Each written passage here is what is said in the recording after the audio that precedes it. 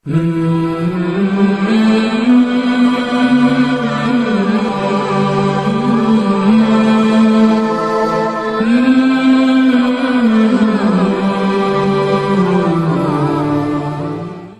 خمسہ میں جو 5 حصے اللہ تبارک و تعالیٰ نے انسان کے جسم کے اندر وہ پیدا کیے. اللہ تعالیٰ نے انسان کو آنکھیں دی. آنکھوں سے انسان صورتوں کے علم کو حاصل کرتا ہے، مختلف قسم کی صورتیں دیکھتا رہتا ہے، اور ان کی شکل اور ان کی صورت وہ انسان کے ذہن کے اندر اترتی چلی جاتی ہے. گویا کہ مختلف قسم کی صورتوں کا علم یہ آنکھیں انسان کو عطا کرتی رہتی ہے اور دیتی رہتی ہے. اسی طرح دوری کا فاصلہ اور نزدیک کا فاصلہ، چھوٹی چیز یا بڑی چیز، یہ ساری چیزوں کا علم انسان کو آنکھیں دیتی رہتی ہے. اور اس کے ساتھ اللہ تعالیٰ نے انسان کو جو کان دیے، یہ دوسری حصے حواس خمسہ میں سے 5 جو حصے، اس میں انسان کو کانوں سے مختلف قسم کی آوازوں کا علم ہوتا رہتا ہے. اذان کی آواز انسان سنتا ہے تو انسان کے پاس علم آ جاتا ہے کہ کہیں اذان ہو رہی ہے. تلاوت ہو رہی ہوتی ہے تو انسان کے پاس آواز آ جاتی ہے، کان بتا دیتے ہیں کہیں پر تلاوت ہو رہی ہے. کوئی بات کر رہا ہوتا ہے، یہ کان بتا دیتے ہیں کہ بولنے والا مرد ہے یا عورت ہے یا بچہ ہے. کوئی کان بتا دیتے ہیں کہ بولنے والا وہ کون سا بندہ ہے، اس کا بھی یہ کان پتہ بتا دیتے ہیں. اسی طرح اللہ تعالیٰ نے ایک حص رکھی ناک کے اندر جو مختلف قسم کی خوشبو اور بدبو کا علم انسان کو وہ دیتی رہتی ہے. کہ انسان دیکھتا ہے کہ یہ عود کی خوشبو آ رہی ہے، یہ مشک کی خوشبو آ رہی ہے، اسی طرح یہ زعفران کی خوشبو آ رہی ہے، یہ گلاب کی خوشبو ہے، یہ موتیا کی خوشبو ہے. مختلف قسم کے جو خوشبو ہیں وہ انسان کو یہ ناک کے ذریعے اس کا علم حاصل ہوتا ہے.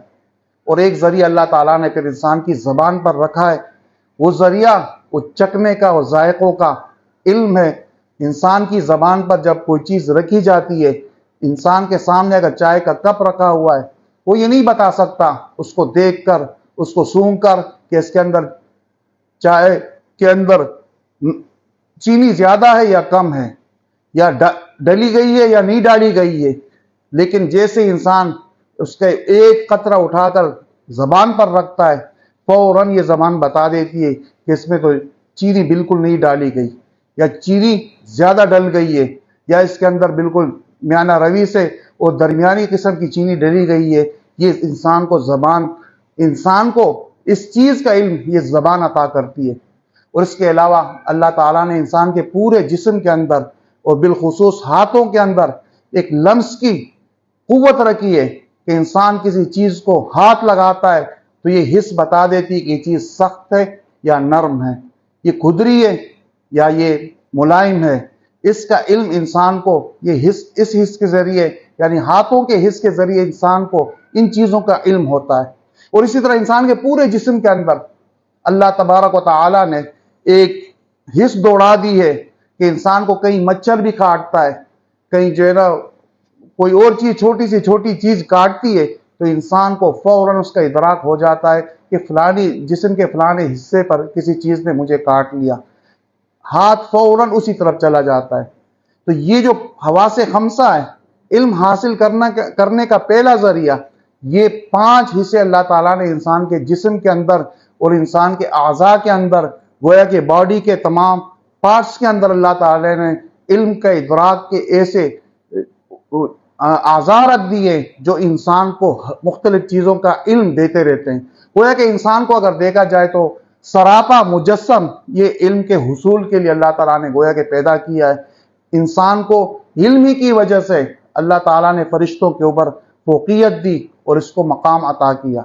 اس کے بعد جب انسان کے حواس خمسہ، اس کا ایک مخصوص دائرہ کار ہوتا ہے، انسان کے حواس جب کام چھوڑ دیتے ہیں اور آگے جواب نہیں دے سکتے تو اس کے بعد اللہ تعالیٰ نے ایک عقل کا درجہ رکھا ہے. عقل پھر ان چیزوں کا بتاتی رہتی ہے کہ عقل انسان کو بتاتی، کوئی چیز انسان آنکھوں سے دیکھتا ہے، اب اس چیز کے بنانے کا مقصد کیا ہے، تو یہ جو مقصد ہے یہ آنکھ نہ بتا سکتی ہے، اور اس طرح یہ کان نہ بتا نہیں سکتے، ناک بھی نہیں بتا سکتی، اور انسان کی زبان بھی نہیں بتا سکتی، انسان کے ہاتھ بھی نہیں بتا سکتے کہ فلانی چیز جو بنائی گئی ہے یہ کس مقصد کے لیے بنائی گئی ہے. اس مقصد کے حصول کے لیے اور اس مقصد کے علم کے لیے انسان کی عقل پھر بتاتی ہے کہ اس چیز کو جو بنایا گیا ہے کس مقصد کے لیے بنایا گیا ہے، یہ پھر عقل انسان کو بتاتی ہے۔ وہ جہاں عقل بھی جواب دے جاتی ہے اور عقل کا دائرہ بھی ختم ہو جاتا ہے، اس کے بعد جو آخری درجہ علم کا ہے، جو لامحدود درجہ ہے، وہ اللہ تعالیٰ نے پھر عرش سے علوم کا جو سلسلہ جاری کیا ہے، جس کو وحی الہی کہا جاتا ہے، وہ وحی الہی پھر اس کا سلسلہ شروع ہو جاتا ہے، اور وہ ایک لامتناہی سلسلہ ہے، کبھی نہ ختم ہونے والا سلسلہ ہے۔ جو چیزیں نہ حواس خمسہ کے ذریعے ہمیں پتہ چلتی ہے، نہ عقل اس کا جواب دے سکتی ہے، اس کا جواب پھر ہمیں وحی الہی دیتی ہے، جو اللہ تبارک و تعالی انسانوں میں سے کسی انسان کو منتخب کر کے اس کو نبوت کا درجہ عطا فرماتے ہیں، اور اس کے بعد اس پر وحی الہی کا نزول ہوتا ہے، اور اس وحی الہی کی وجہ سے وہ وحی الہی کا جو علوم ہوتے ہیں وہ نبی پھر اپنی امت کو بتاتے ہیں، اور یہ علم کا وہ سلسلہ ہے جو نہ کبھی ختم ہونے والا ہے، لامتناہی ہے۔ اللہ تبارک و تعالی ہمیں وحی الہی کے جو